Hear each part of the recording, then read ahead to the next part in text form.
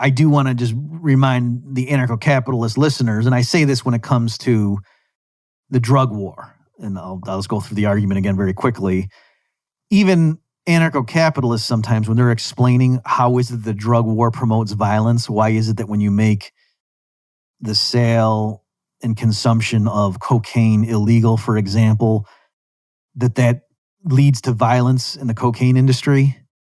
So that's an empirical fact. Like that's clearly got to be true. Just like when they legalized alcohol, all of a sudden the bootleggers stopped shooting each other over alcohol. Now alcohol is a completely legitimate business, and the executives at one beer company wouldn't ever dream of gunning down the executives at another beer company in broad daylight. They wouldn't even do it at night to gain market share. Whereas it's totally normal for drug deals to go wrong, or for, one gang to take out some other gang because, hey, we're selling crack on this corner, not you, kind of thing. That's totally normal. But yet with alcohol, it wouldn't be. And yet when alcohol was illegal, as it was during Prohibition in the U.S., then you did have organized crime, Al Capone famously involved in the alcohol trade and using violence there as well. So clearly, it's not about the drugs themselves that makes the people who deal in them be violent. It has to do with the prohibition. But now the question is, okay, specifically, what is it?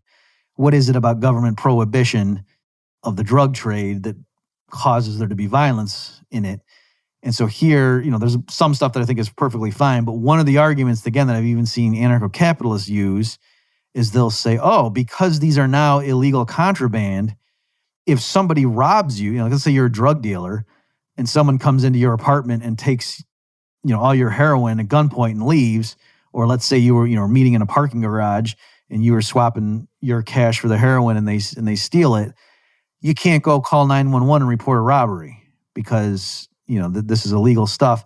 And so because now there's not the protection for property rights there that there is, that the police and judicial system offer for other goods and services, that's why there's more crime in the drug trade. And so my point is, if that's the argument you're going to make, well, you're conceding that the government, police, and courts do a good job. Or not do a good job, but at least they're better than nothing. And that's sort of interesting from an ANCAP perspective, isn't it? And so that's why I want to refine it and say, no, really what it is, it's that the government, police, and courts, it's not that they're refraining from hunting down the guy who stole your heroin. That's not why there's violence. And that's not why the guy might be tempted to steal your heroin at gunpoint. Rather, it's that the government, police, and courts will not allow you to hire private mercenaries to go hunt down the guy who stole your heroin. You see that? That's a critical point. Furthermore, it's that if you took steps to better protect yourself such that it was publicly known where you were and that you had all this contraband on you, they would come in and raid the place, right? So one easy way to make sure you don't get shot on the street corner selling your drugs is to rent or buy a storefront and install bulletproof glass and airlock chambers, as it were, with metal detectors and things like that to make sure the people coming into your store aren't carrying heavy weaponry to buy the product and then leave. And that's how you could ensure that there's no drug deal gone bad. And why can't you do that? Well, because if it became well known that, oh yeah, that storefront right there, they don't sell Chinese food. That's not a hardware store. That's where they sell heroin. Well, some local pastor is going to call the police and say, we got kids going to school down the street from this place. You kidding me? Shut that down, or I'm going to call the mayor and say this is, racist. And so the police would shut it down, right? So again, the reason there's violence there, it's not simply that, it's because we have inadequate law. It's that the police aren't helping us enough to help me track down the guy who stole my drugs. No, it's that the police are, quote, helping too much. It's because the police are enforcing a bunch of other, I would say, illegitimate laws, namely like you can't hire private security to protect yourself from guys trying to steal your heroin. That's the problem, right? People acting in the private sector could totally defend themselves from petty thieves or even more serious criminals if they were allowed to do so. If the free market really were free, or if the market really were free, I'll say. All right, but it's not. The government's not going to let some other group challenge it by offering protection services a la, Rothbardian defense agencies. Those are always illegal in the modern world. Okay, so that's a critical part of the story if you're trying to explain the stuff with the drug trade. So likewise with this stuff, with the Purge, they do start getting into a little bit as the movies progress. They start getting, so in the beginning one, it's just like featuring a homeowner, and the only thing they've shown is that rich people have sophisticated security systems installed. But then by the next movie, they start showing that, oh no, the markets emerge, and now, people can hire things, and so they haven't gotten into it yet. But my point is, in real life, what would happen is if everything's legal, then there would be defense agencies, that they could plan during the year and just, not do anything, just get ready to go. And as soon as 7 p.m. hits, then they could import all sorts of weapons that are class 4 or lower, I guess, to not be in violation of the law, and really stockpile, if there's cities that have gun control or whatever, and they can rush in all the guns to their guys and have flak jackets and and then they could go around patrolling. And if they see somebody getting, who's out in the street or whatever, they could come up and be like, hey, we're going to charge you for overtime or whatever because you didn't have a plan with us, but we'll escort you to your house and but you got to pay us $1,000. And somebody gets caught. By the way, that's another goofy thing about these movies. People are doing stuff like they're going and getting bread at the grocery store at 6:30 when the Purge starts at 7. And oh no, my car broke down. I mean, to me, that's ridiculous. You would be in your house and testing and in the first movie too, like they look at the clock and like, oh, it's 6:55. We better turn on the security system. When, you would have been locking that thing down earlier, well, probably the previous Tuesday to make sure like the gears didn't jam or something while that thing was locking. But in any event, for people who somehow get caught outside of their home, there would be businesses involved. Moreover, in poorer communities, there would be businesses that would come in and, erect big safe areas and, just tell people, okay, for $50, you can come in here and wait the 12 hours out. We've got 100 guys with Uzis patrolling, just to keep the riffraff away, that kind of stuff. And yet there's nothing like that. And so it's partly, I think, a failure of imagination, and also maybe as the movies progress, they're going to get more sophisticated because they got to keep one-upping the previous movie. But my point is, they're showing, without government police, but okay, if the government really isn't going to enforce anything, then in that power vacuum, Rothbardian defense agencies could spring to life. And ironically, the only reason that would be muted somewhat is that you only get a 12-hour period to recoup, your investments to get the revenue. That if it were like a week period, then it would make more sense. And ultimately, so I hope you see where I'm going with this, folks, is that if you're a fan of Rothbard, you should want the Purge to last all year, to be perpetual, where the U.S. government says, we are not going to enforce any laws, nor is any state or local government going to enforce any laws starting now, go. And rather than thinking, oh no, we're all going to get slaughtered, as if you're a Rothbardian, you should say, we're finally free. Right? And it doesn't mean we're all going to get slaughtered, because now private defense agencies can spring to existence. And, guys who aren't malevolent, homicidal maniacs can get organized. It's sort of like if you saw the second, it's the third one where the hero in the second one ends up getting, he's like running a security agency for this senator who's running for president. So like that, except more so. There'd be plenty of agencies like that where guys who are ex-military or whatever would offer protection services, and you would just see that proliferate. And again, like I say, the reason it doesn't happen more, partly because the movies, they need there to be gore and just have rampant violence. That's the whole point of the movie or the series. But also, it's only for a 12-hour period. If it were for a 1-month period, then it would make more sense for these more institutional companies to come into existence. And ultimately, like I say, the Purge, if it lasted indefinitely, would be Rothbard land. And so if you're an ANCAP, when you're watching the Purge movie, if you're saying, yep, that's how humans are, I would challenge you to say, well, then why the heck are you a Rothbardian? What I'm getting at is, besides the fact that the government behind the scenes was engaged in actively going around and killing people and whatever, as you learn in later movies. But the mere fact of the purge, that they are going to refrain from enforcing laws so long as they really are consistent. And again, so that's to connect it with my drug war stuff in case you're missing the point here. The problem with the drug war stuff, for example, to put it differently, someone might say, oh yeah, the police never even go into that part of the inner city. That's just, a free-for-all. That's anarchy. And that's why there's so many drive-by shootings, and drug deals gone wrong in that section of town, because the police won't even go in there. That statement is what I'm saying is wrong. Because if it were literally true that the police never went into this area of town, then you would have Rothbardian defense agencies.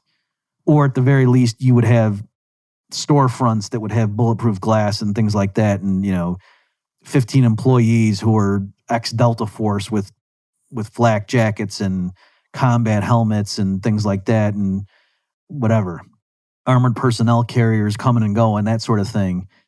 But yet you don't have that, because if someone did try to set that up to get a drug operation going, then whether it would be the local police or probably like the BATF or somebody in conjunction with the DEA and the FBI, they would come in and shut that place down. All right. So it is not the case that there are certain areas where the government at all levels in the U.S. just never goes there, and that's why it's so awful. That's not correct.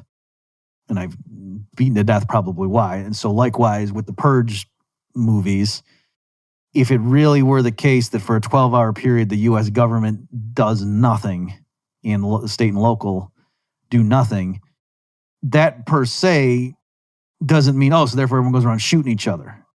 Or if it means if they do, well then okay, just if it's legal for someone to go around and shoot people, well then it's also legal for people to shoot them back. And incidentally, they're kind of getting into it a little bit in the movies, this idea of, revenge. In other words, yes, I'm allowed to, there's some things in there within some of the movies about, or one of the movies where some lady realizes her sister is sleeping with her husband. And so, she's acting real cool and everything. And then she pulls a gun out and shoots her, when they're having a dinner party, once the purge starts. And you can do stuff like that. But then by the same token, you can be shot back, or people can plot for the next year. Right. And so it's not really what am I trying to say? Just because the government is not going to have its own employees punish you for murder does not mean murder goes unpunished. That's what I'm trying to get across. That you could still have organized things, and it could even be markets, right? So what you could do is, let's say, some crazy guy breaks into your house and, kills your wife or something during the purge, and hey, and you can't call the police. Well, you can still wait a year. There can be companies that say, hey, did you have a loved one that you lost last year? Well, this next purge, we'll make it right. You give us the information, we'll figure out who it is. We hire, all these ex-Navy SEALs. We got to wait till the next purge, of course, because we didn't prove this in a court of law. We're just taking your word for it. But so I'm saying there'd be all sorts of contract hits and things, and markets would develop so that people would know, yeah, if you do kill somebody during the purge, the government's not going to get you the next day, but you very well might be taken out a year later. And moreover, you being taken out a year later is more certain if the purges continue. You see how that works, folks? So let me repeat that, because this is an important point. If you have a grudge, your neighbor down the street, you've never liked that guy. Oh, that guy's so smug. I can't imagine if there was just one time a year when it was legal for you to kill people. Like George Carlin has a funny routine where he's like, or maybe he said it in one of his books. I don't know if he ever said it on stage, where he was saying there ought to be a thing where, like, for one day out of the year you can just kill people. And he said, now it can't be some bogus reason like he screwed my wife. It's got to be a legit reason, like, no, the guy's just a real a-hole. So this is kind of funny. But, so there's your neighbor down the street, you can't stand the guy, he's cutting the lawn wearing those khaki shirts all the time. What is this? Who's this guy think he is? I'm going to kill.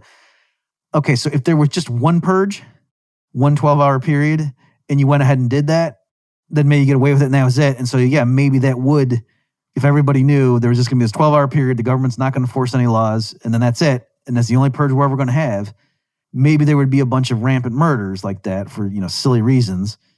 But if people knew, no, every year this is going to happen, you might be a lot more hesitant. There certainly wouldn't be as many deliberate murders, right? So again, the movie shows there are some people that are just nut jobs and sadistic animals who, put on clown masks and go out with machetes and stuff. Okay, so maybe they would still do that. But the people who are more rational and deliberative about it, thinking, oh, I can actually get away with it. Nobody can touch me as long as I survive the night. No, as long as it's a recurring policy, then the people who don't like the fact that you just killed that person, all they got to do is wait for a year, and they can hire some company that specializes in tracking down, people and to get reputable hitmen to work for them. I know that sounds like it's a contradiction, but if you watch the Purge movies, you realize, well, no, they kind of make a distinction.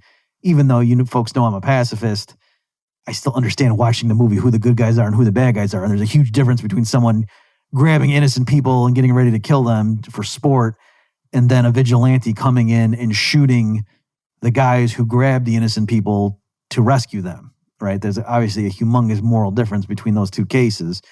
And so there would be a lot of people who were trained in the use of firearms who would work for companies to go kill people if they were presented with evidence to see, okay, we reasonably expect that, these people we're asking you to kill and paying you a nice sum, by the way, are bad guys, right? That you're not just hiring, our clients are not paying you to kill this guy because he didn't give you the bonus you thought you deserved at your job and it's your boss. Like, no, like stuff like, oh yeah, he raped my daughter last year during the purge, so this guy needs to die, that kind of stuff, right? So ironically, the more it was a known policy, I think actually that would have a deterrent effect.